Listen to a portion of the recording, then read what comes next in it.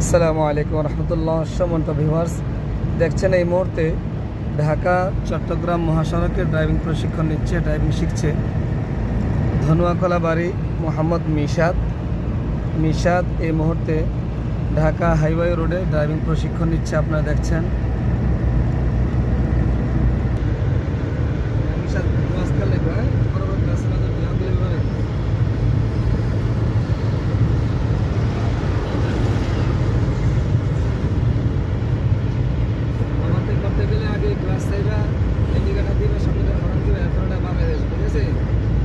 নিরাপদ দূরত্বে থাকবে, কাছাকাছি থাকবে না।